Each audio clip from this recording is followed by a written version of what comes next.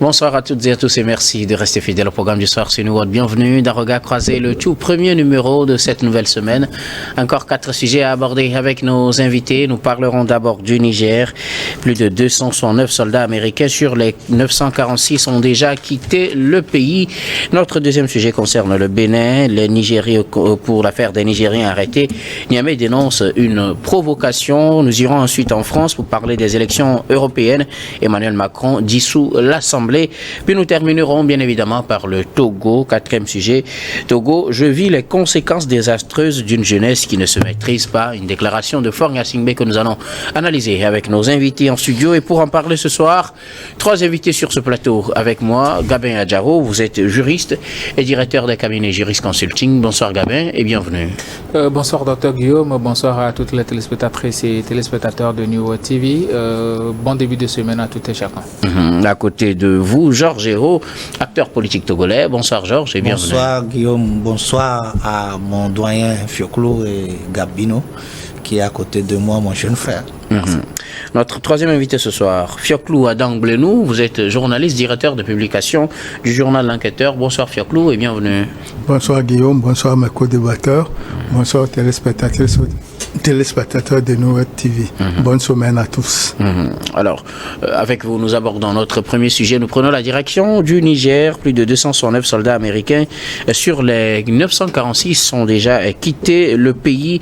C'était au cours d'une annonce conjointe faite par les Américains ou l'armée américaine et les dirigeants militaires nigériens ce vendredi. On communiquait sur la situation du retrait des Américains dans le pays. On sait qu'en mai, les Américains ont entamé leur départ du Niger à la suite de la dénonciation de l'accord militaire qui liait le Niger et les États-Unis. Au total, ils sont plus de 269 à avoir déjà quitté le pays. Ils sont presque 1000 à être stationnés au Niger depuis un moment. Donc, pour ce retrait, plus de 269 ont déjà quitté le pays. On attend que les autres quittent le pays avant la fin de cette année. Fioclou Adam Blenou. Oui, suite à l'accord signé entre le gouvernement nigérien et les États-Unis, il a été demandé que les unités en stationnement à Niamey et à Agadez quittent le pays au plus tard fin septembre.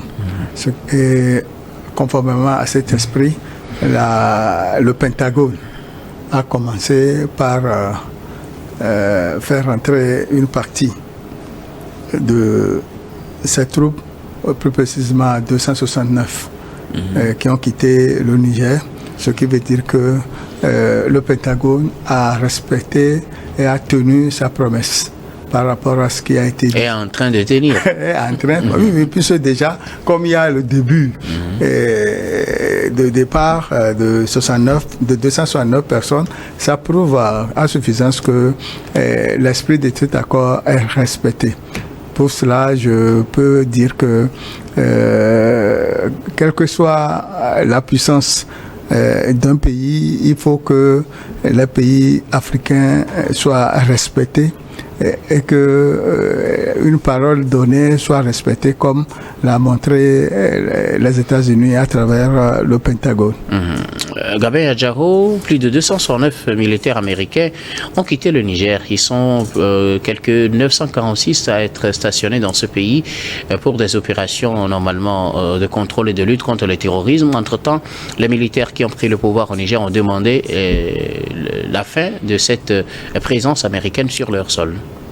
Oui, il est quand même de bon ton de relever la bonne foi de ces Américains-là qui ont quand même accepté de partir et qui respectent le programme donné par les Nigériens et par eux-mêmes d'ailleurs. Donc aujourd'hui, moi je l'ai toujours dit ici que j'aimerais voir le début du débarquement de ces gens-là pour le croire. Aujourd'hui, c'est chose faite et il me semble que d'ici fin septembre, pratiquement il n'y aura plus de bases américaines au Niger. Moi, je le dis toujours, et c'est très important, tant que vous confiez une partie de votre sécurité nationale à un autre pays, ça veut dire que vous avez vendu votre souveraineté. Et je ne vois pas les États-Unis aujourd'hui accepter une base étrangère militaires chez eux. Donc je ne vois pas pourquoi nous acceptons cela en Afrique. On n'a pas la même puissance, on n'a pas le même rapport. Oui, mais vous savez, chaque situation, ça se résout par elle-même. À un moment donné, si vous vous prenez au sérieux et si vous arrangez pour bien défendre vos pays, je ne pense pas qu'il y a certaines choses qui peuvent vous arriver. C'est vrai, il y a la coopération et tout. On peut demander une assistance logistique et par moment même acheter des matériels dont on n'a pas, mais accepter une base militaire chez soi, ça veut dire que bon, vous avez confié un pan de votre souveraineté à un autre pays, et ce pays-là, s'il décide aujourd'hui, ou bien s'il n'y a pas un véritable accord entre vous, s'il n'y a pas une bonhomie entre vous, ce pays-là peut vous déstabiliser à tout moment. Et nous savons tous très bien que ces pays occidentaux-là, quand ils viennent dans un pays, puisqu'ils n'ont pas intérêt à ce que vous développez, et ils veulent toujours avoir une raison pour rester chez vous, eux-mêmes, parfois, ils créent des situations qui puissent leur permettre de rester encore chez vous, puisqu'ils vont dire non, vous avez besoin de nous parce qu'il y a telle attaque ici, il y a telle attaque par là. Et naïfs que nous sommes la plupart du temps, on accepte encore ces gens-là chez nous aujourd'hui. Je pense que ces choses faites, ils vont partir du Niger. Et moi, ma question est de savoir, bon, vers où? Parce qu'il y a des bases qui sont parties du Niger, mais qui se sont retrouvées dans d'autres pays en Afrique de l'Ouest, qui aujourd'hui sont en train de subir la foudre des terroristes. Quand nous prenons le Bénin, il y a une base militaire française là-bas, mais la dernière fois, il y a eu une attaque qui a occasionné plusieurs morts au Bénin. Donc aujourd'hui, il faut réellement se poser des questions.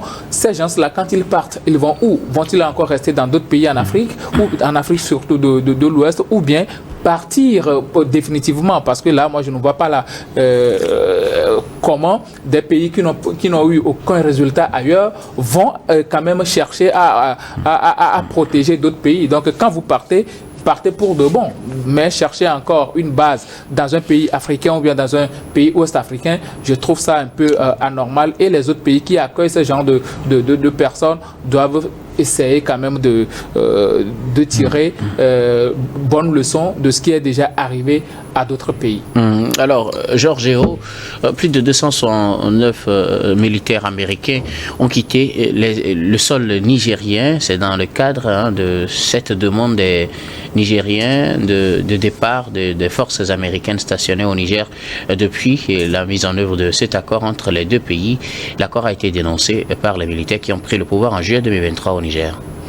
Je pense qu'il y a lieu de souligner que c'est le peuple souverain, ou bien l'État souverain du Niger qui, à un moment donné, a sollicité l'appui de l'armée américaine sur son territoire, ou peut-être à la demande de cette dernière, l'armée américaine, pour pouvoir avoir une base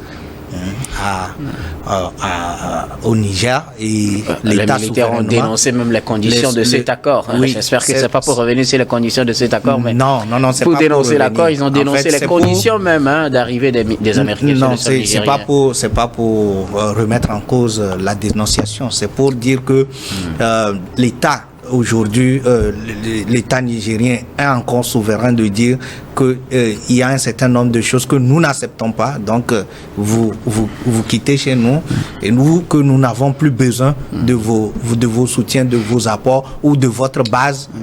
Puisque la base, des fois, ce n'est pas forcément pour appuyer l'armée nationale. C'est peut-être les bases stratégiques de ces pays, de ces puissances-là, pour pouvoir avoir accès à une zone donnée. Ça peut être forcément que cette base contrôle le Tchad, le Niger, le Burkina, un espace donné. Donc ça peut être une base stratégique.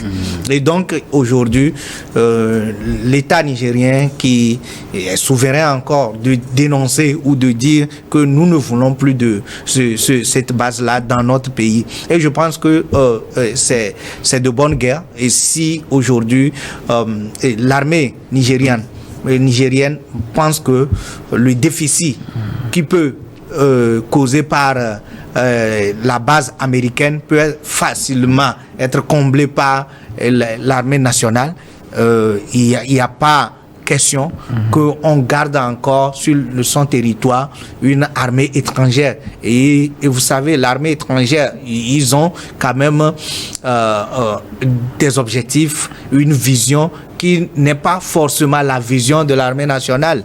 Et donc c'est dans ce cas où il y a des conflits qui naissent lorsqu'il y a une base militaire dans une localité et c'est normal. Donc je pense qu'aujourd'hui, l'armée américaine qui a entamé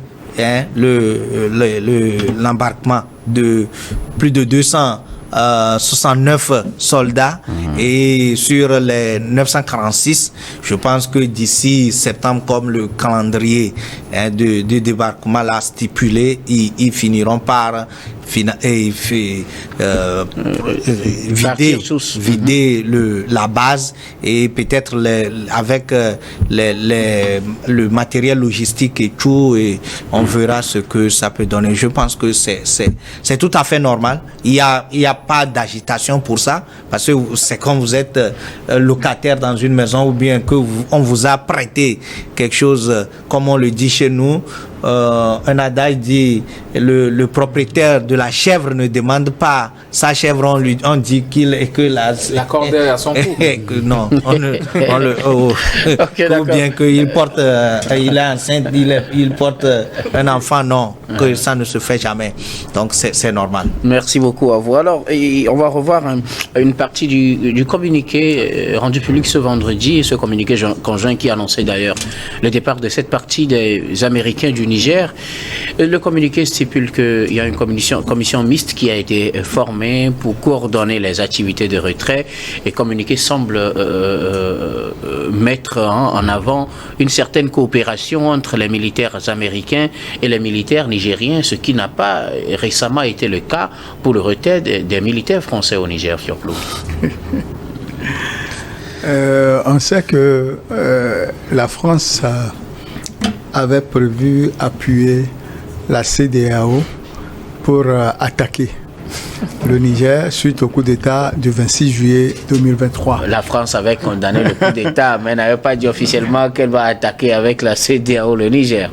La France avait prévu appuyer, j'ai bien dit avait prévu appuyer, puisque je vous ai dit sur ce plateau que la CEDEAO elle-même n'a pas les moyens pour intervenir au Niger. Ça, c'est selon vos sources. Bon, donc suite à ça, il y a une rivalité féroce entre la France et le Niger, et nous n'avons pas oublié que les gouvernements de transition ont attaqué l'ambassade de France. Ce qui veut dire que eux-mêmes, disons, avaient pris en otage l'ambassadeur Itier. Ce qui veut dire que entre la France et le Niger, le torchon brûle toujours. Mais les Américains ont compris la leçon. C'est pourquoi, quand la première délégation y était, le Pentagone ou bien l'administration Biden a constaté que l'ambassadeur en charge des discussions n'a pas bien fait son travail. Une délégation y est retournée, et avec celle-là, les autorités nigériennes ont accepté de discuter et ensemble ont élaboré une feuille de route, et c'est cette feuille de route qui a donné raison au Pentagone pour que les premiers soldats puissent quitter le pays la semaine dernière. Ce qui veut dire qu'entre les États-Unis et le Niger, il n'y a pas un problème fondamental. Et surtout, c'est lors de ce coup d'État que Madame l'ambassadrice a donné sa lettre de créance prouvant que l'administration Biden est ancrée au Niger. Gabin Adjaro, si on compare un peu les deux méthodes de retrait, on retourne sur le retrait des Français, on dirait que ça n'a pas été la même chose. Parce que là, une commission mixte est formée, le communiqué sous-entend qu'il y a une bonne coopération entre les membres de cette commission, qu'il y a une certaine coopération, je dirais, entre les deux parties, le Niger et les États-Unis, afin que ce retrait puisse se passer dans de bonnes conditions pour qu'au terme, c'est-à-dire le 15 septembre prévu normalement, tous les militaires américains puissent quitter le sol nigérien.